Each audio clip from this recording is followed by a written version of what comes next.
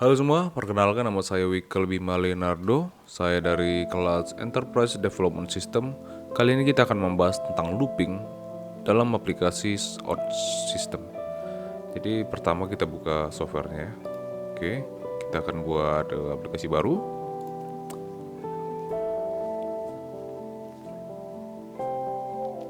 Kita from scratch. Kita next ya. Kita pilih reactive web apps seperti biasa, dan di sini kita akan kasih nama dia the power of tuh.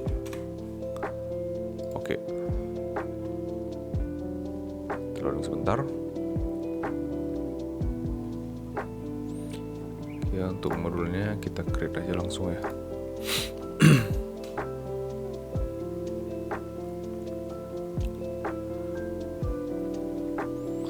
Oke, baik, kita akan buat screennya dulu. Kita beri nama looping.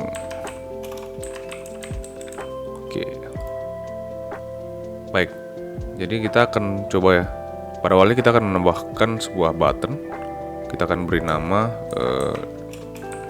the power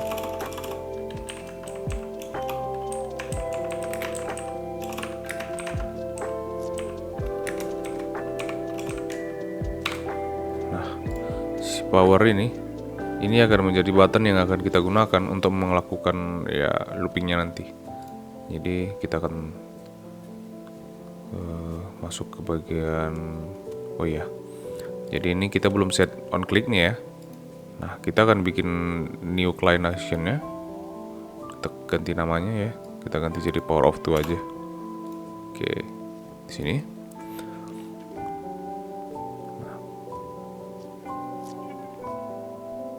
Pertama kita akan membuat variabelnya untuk si power of 2 ini. Kita akan beri nama dia number. Ganti tipenya integer, oke, udah benar. Nah, oke, jadi di bagian looping tadi ini kita akan beri apanya sebagai inputnya. Jadi number ini kita akan berikan angka 3 sebagai defaultnya. Jadi untuk di power of 2 ini nanti number itu udah memiliki data bernilai 3 gitu. Jadi untuk di bagian logiknya, pertama kita akan menambahkan kondisi. Jadi if pertama si if ini akan mengecek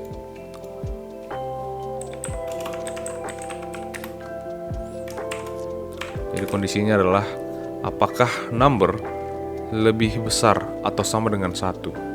Jadi kondisinya seperti itu. Nah, apabila kondisi terpenuhi, maka akan dilakukan assign. Jadi kita hubungkan dia. Jadi apabila kondisinya benar, maka dia akan melakukan si assign ini gitu. Dan setelah itu nanti di si assign ini kita akan atur supaya nanti operasi looping terjadi. Dan setelah itu dia akan mengembalikan nilai kembali ke si kondisinya gitu. Jadi kurang lebih seperti ini. Oke. Kita akan tambahkan ya variabel baru. Kita kasihkan local variable namanya result untuk menyimpan hasilnya. Gitu. Oke, jadi di bagian assign kita akan menambahkan variabel result. Nah, si result ini adalah tunggu. Ini si result ini kita belum ketikkan apanya. Jadi kita ganti ya, tipe integer dan default value-nya adalah 1. Oke. Nah, si result ini apabila kondisi terpenuhi, maka dia akan dikali 2. Gitu. Dan di saat bersamaan number akan dikurangi. Jadi misalnya ya kayak yang tadi kan, kita punya number itu 3, angka 3, maka dia apabila dia akan melakukan pengecekan kondisi apakah 3 itu lebih besar atau sama dengan 1. Jadi kan lebih mendesak kan. Nah, maka setelah itu akan dilakukan yang ada di assign ini. Begitu sampai di assign, dia akan dilakukan perkalian. Jadi resultnya tadi yang 1 tadi akan dikalikan 2. Jadi 1 kali 2 ya hasilnya. dan numbernya yang 3 tadi akan dikurangi 1, jadi numbernya tinggal 2, dan itu akan diulangi terus sampai nanti numbernya setara dengan 1 gitu. Nah, nanti hasilnya kita bisa lihat sendiri ya. Oke, ini seharusnya udah selesai. Kita akan coba kita publish dulu untuk kita running ya.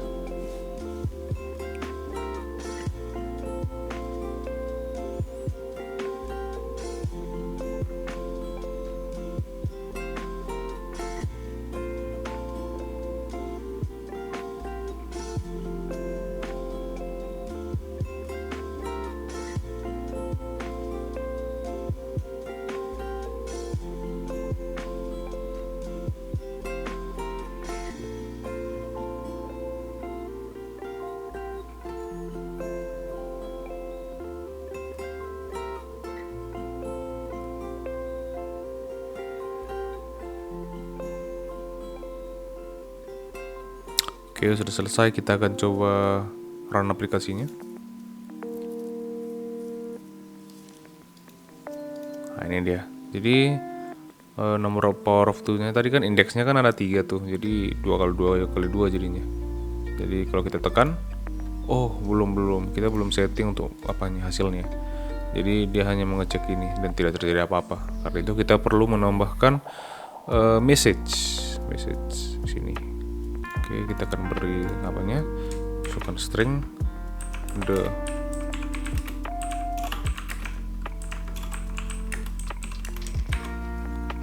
kita di sini tambahkan resultnya gitu. Oke, dan kita akan coba publish lagi ya. Oke, mari kita tunggu. Oke, sudah selesai ya. Kita akan coba run lagi. Oke, jadi kalau kita tekan, nah, dia keluar. Jadi karena 2 kali 2 kali 2 hasilnya itu adalah 8 gitu. Oke. Apabila logic ini sudah kita buat, kita tidak perlu membuat logic tambahan untuk melakukan hal yang sama. Jadi contohnya kita bikin button baru ya. Kita akan beri nama di sini. Kita taruh di sini. Kita beri nama the power of 2 juga. Tapi di sini kita akan kasih nilai indeksnya itu atau nilai awalnya itu adalah 8 untuk number ya. Kita tinggal tekan ininya, buttonnya, kita pilih select on clicknya itu ke yang tadi power of 2 tadi gitu. Jadi dan kita berikan angka awalnya gitu. Oke, jadi kita tinggal publish lagi ya.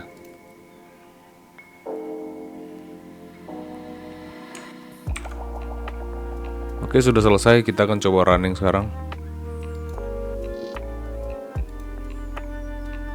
Nah, jadi si button yang kedua ini juga menggunakan logic yang sama untuk seperti logic untuk button pertama tadi, yaitu adalah power of 2 ini ya. Jadi kalau kita tekan yang ini, maka dia akan angkanya 8 dan ini adalah 256 karena duanya sebanyak 8 kali gitu. Jadi 2 kali 2 kali 2 kali 2 kali 2 kali 2 kali 2 kali 2 gitu, 8 kali.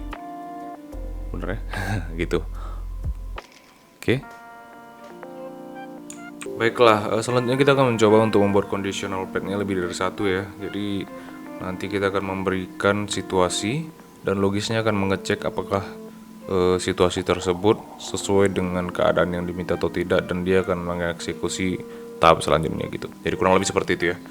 Jadi baik, kita akan membuat screen baru. Di sini kita akan buat screen namanya path aja. Path. Oke. Seperti biasa, kita akan menambahkan sebuah button di sini. Kita beri nama.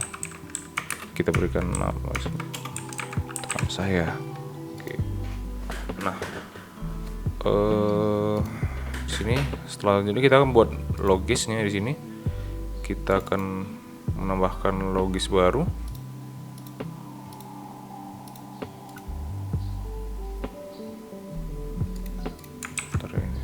Saya. Kita akan buat client baru, namanya di sini kita akan kasih nama path aja. Oke.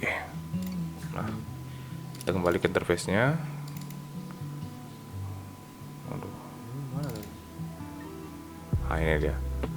Kita akan pilih buttonnya untuk set on click-nya. Nah, di sini kita pilih ke belum terbuat ya. Hapus sekali lagi aja nggak apa-apa. Kita beri nama pet. Oh, di sini udah ada tadi. Ini kita hapus aja lah kalau itu. Oke, di sini kita berikan nama petnya pet aja. Oke. Baik, jadi kita sudah setting nih, tekan sayanya.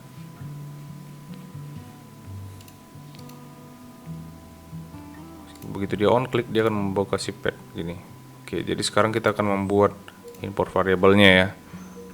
Untuk variabelnya namanya number gitu. Nah, si number ini dia bertipe integer dan data type defaultnya itu adalah seberapa ya, kita buat 50 aja. Oh, bisa nih.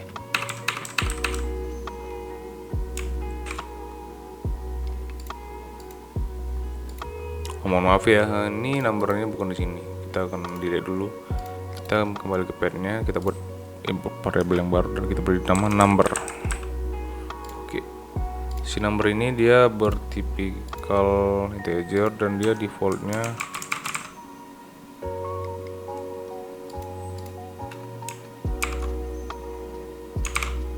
oke. Sekarang kita akan memberikan value untuk si number ini ya. Jadi pertama kita tekan di bagian button ini. Karena dia udah memakai si number tadi, kita akan masukkan value-nya sebesar 50 ya. Oh, jangan kita buat 10 aja lah. 10. Oke. Sekarang kita masuk ke bagian pet-nya. Jadi kita akan membuat kondisi. Apa? Baik, dan kita akan bikin pesan. Pertama kita akan membuat apakah si angka ini itu adalah bilangan genap atau ganjil gitu. Jadi pertama kita akan buat dia bilangan ganjil atau odd dengan memberikan kondisi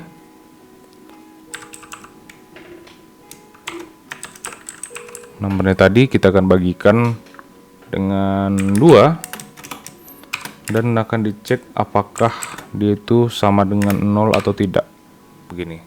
Jadi kalau misalnya dia tidak sama dengan 0, maka dia adalah angka ganjil.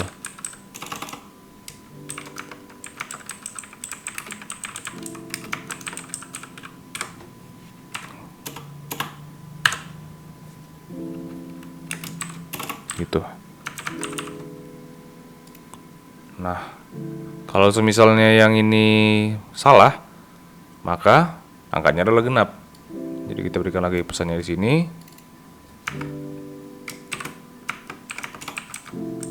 Angkanya adalah genap atau even. Gitu. Nah, jadi kan ada kemungkinan bahwa angkanya adalah 0. Jadi kita buat lagi sebuah if di sini. Kita buat lagi pesan di sini. Jadi dia akan mengecek apakah angkanya tadi sama dengan 0 atau tidak. Gitu. Jadi kalau misalnya angkanya sama dengan 0 kan kita bingung nih, dia itu odd atau even. Jadi kita buat pesannya angkanya adalah 0. Gitu dia. Ini oke.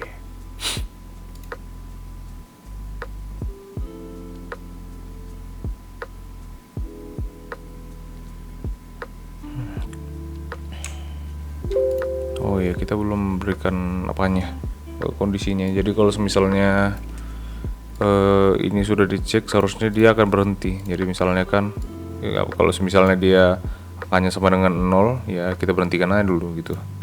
Ini juga sama. Gitu dia. Udah bisa nih. Kita coba publish ya. Kita akan coba sekarang. Kita akan run.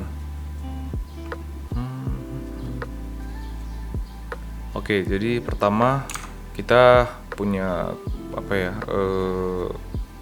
Nilai itu adalah 10. Jadi kalau kita tekan angkanya adalah genap karena dia bisa dibagi dua.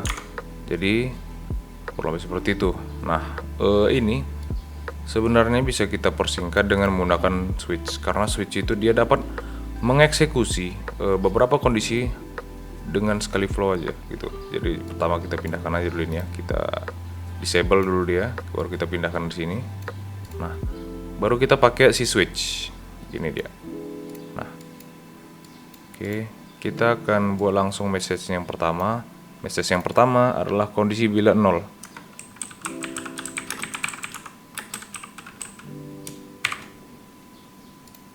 Gitu. Tunggu. Ini kenapa gini? Ini ya. Baru pertama kita tarik dari sini. Ini bisa kita pindahkan nggak ya? Nggak bisa lagi. Ya udah gini ya. Jadi kita dari sini kita tarik ke sini. Oke, baik, kita akan mengatur kondisinya untuk kondisi pertama ya. Jadi di sini kita akan buat number sama dengan 0, maka dia akan mengeksekusi pesan yang ini gitu. Oke, selanjutnya kita akan membuat yang baru. Ini apabila dia out. Jadi yang kedua ini kita buat ya.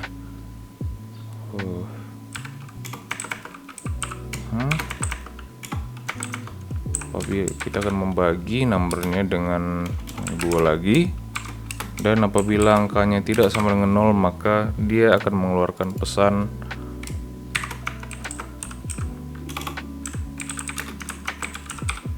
ganjil.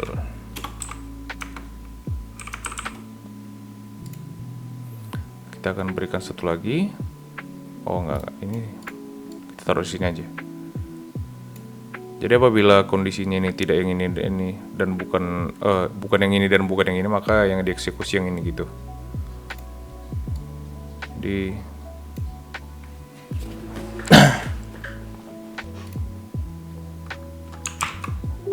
oke, ini kita tambahkan n ya. Kita tambahkan n juga di sini. Jadi kalau misalnya udah start eksekusi, dia akan menghentikan aplikasinya. Modul 1 server.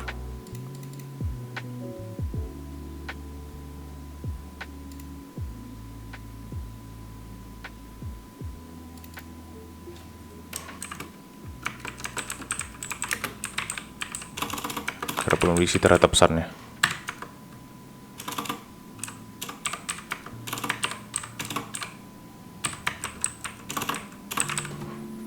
Oke, kita akan coba ya, kita run.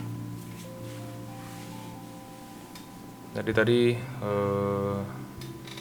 kita mendapati bahwa angka awalnya itu adalah 10 ya. Jadi kita akan coba lihat apakah menggunakan switch hampir sama seperti ini atau tidak.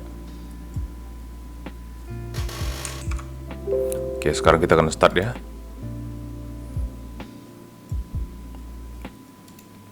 Angkanya genap. Nah, jadi benar ya. Jadi di saat angkanya tidak sama dengan 0 atau tidak habis dibagi dengan 2, maka angkanya itu habis dibagi 2, maka dia akan mengeksekusi yang ini, angkanya adalah genap. Gitu. Jadi sampai di sini untuk conditional pad ya.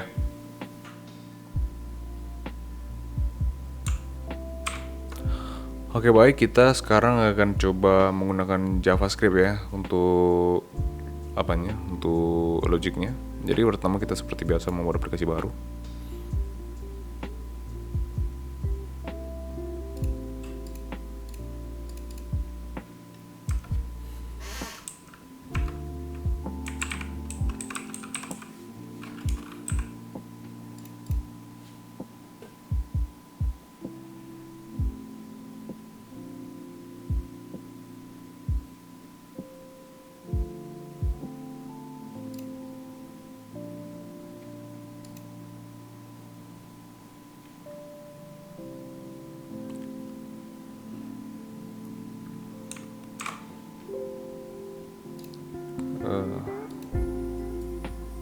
Oke, baik, kita akan pertama bikin screen baru ya.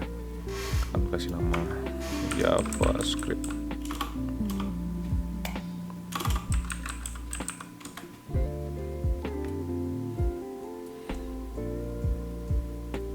Baik, sekarang kita akan coba tambahkan button baru di sini.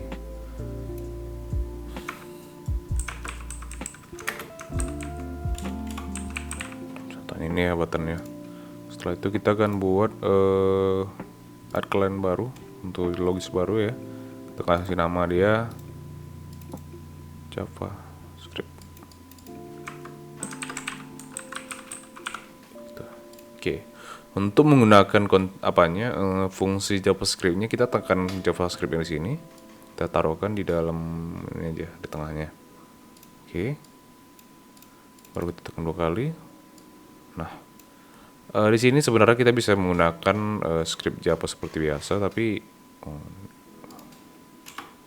untuk contoh ini kita akan gunakan yang default aja ya, yang dari apa aja, JavaScript API. Kita akan gunakan yang feedback message ini.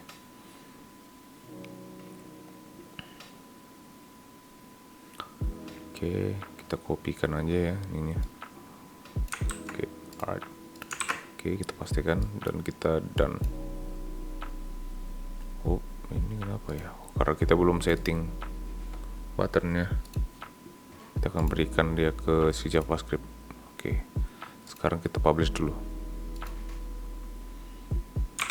Oke, proses sudah selesai. Kita akan coba run aplikasinya.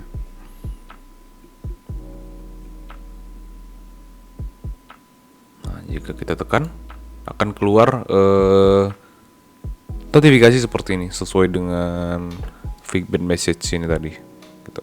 Oke, sekarang kita akan coba ganti pesannya. Jadi pertama kita bagian JavaScript ini ya. Nah, di sini data ini kata-kata ininya dalam string kita akan coba hapus, dan kita akan menambahkan parameter baru di JavaScript-nya. Kita kasih nama dia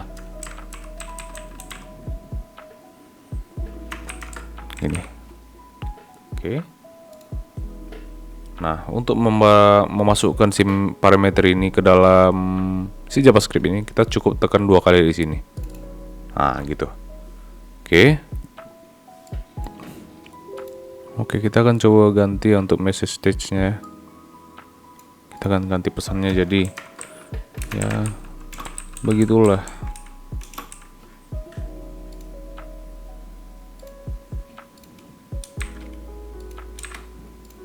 Gitu. Oke, kita akan coba publish. Dan sekarang kita akan coba run.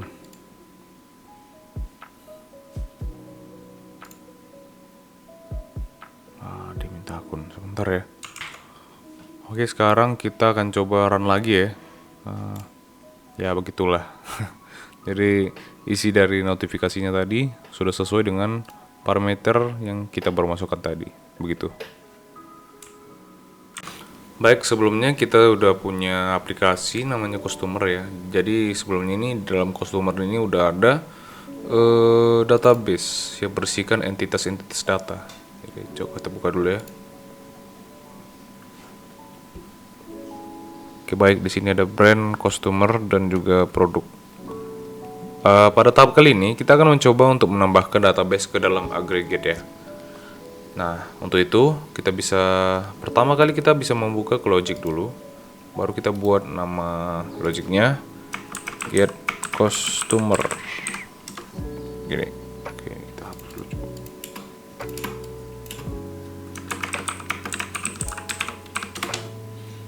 Ini ya. Oke, untuk memasukkan data entity-nya ke dalam aggregate ini, kita bisa memilih aggregate yang sebelah sini. Kita masukkan icon yang sini. Kita klik 2 kali dan kita drag di bagian ini, contohnya customer-nya kemari. Gitu. Atau sebenarnya di sini kita drag langsung aja ya, dari sini ke sini seperti ini. Itu sebenarnya bisa, tapi ya kita mau pakai cara yang tadi aja. Oke, jadi datanya sekarang udah masuk ke dalam aggregate-nya. Langkah kedua adalah kita akan mencoba untuk melakukan filtering data tersebut. Jadi di sini ya, kita terlihat ada pemberitahuan bahwa di sini belum ada filternya. Jadi kita akan coba melakukan filter ya dengan kondisi sebagai berikut. Kita akan coba filter berdasarkan emailnya. Oke, kita akan coba ya. Jadi pertama kita masukkan dulu namanya. Jadi database-nya adalah customer ya. Jadi customers. Kemudian kita akan pilih bagian dari entity-nya, atributnya. Kita akan pilih email ya. Kita akan pilih email. Kita akan berikan variabel seperti, baru kita masukkan apanya. Nah, jadi kan di sini email kita kan ada dua tuh, Gmail dan Yahoo. Kita akan coba masukkan yang Gmail aja, gmail.com. Oh, ini karena ini. Nah, jadi semua data yang ditampilkan adalah user atau customer yang emailnya itu memiliki domain Gmail. Kalau kita ganti ke Yahoo, maka dia akan mengganti data yang ditampilkan sesuai dengan ini mungkin .co.id ya. Nah, sesuai dengan domainnya gitu. Kita akan coba ganti ke ya Gmail aja ya, gmail.com gini.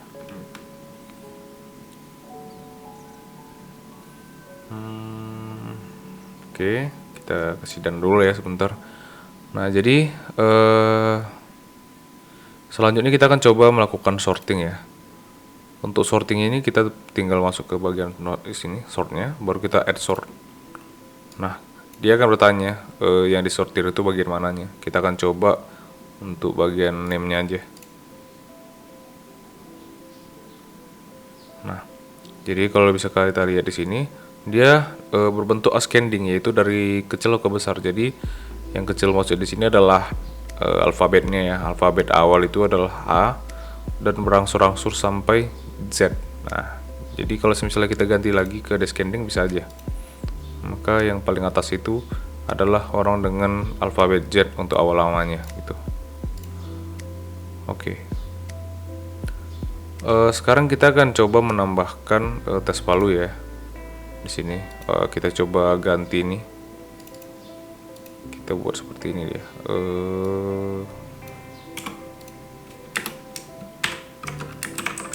Domain. Ini contohnya ya. Nah, kita akan buat dulu variabel si domain ini. Jadi di bagian customer ini, di bagian logic ini kita akan buat input variabel dan kita beri namanya non-domain. Gitu. Jadi sekarang tes palunya udah ada satu. Nah, jadi kita tinggal memasukkan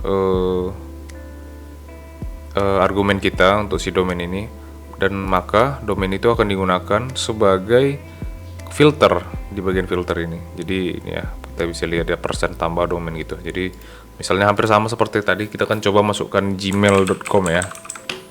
Maka datanya akan otomatis menfilter data yang berdasarkan emailnya itu email Gmail gitu. Atau kalau misalnya kita ganti di sini, kita ganti dia jadi yahoo.co.id.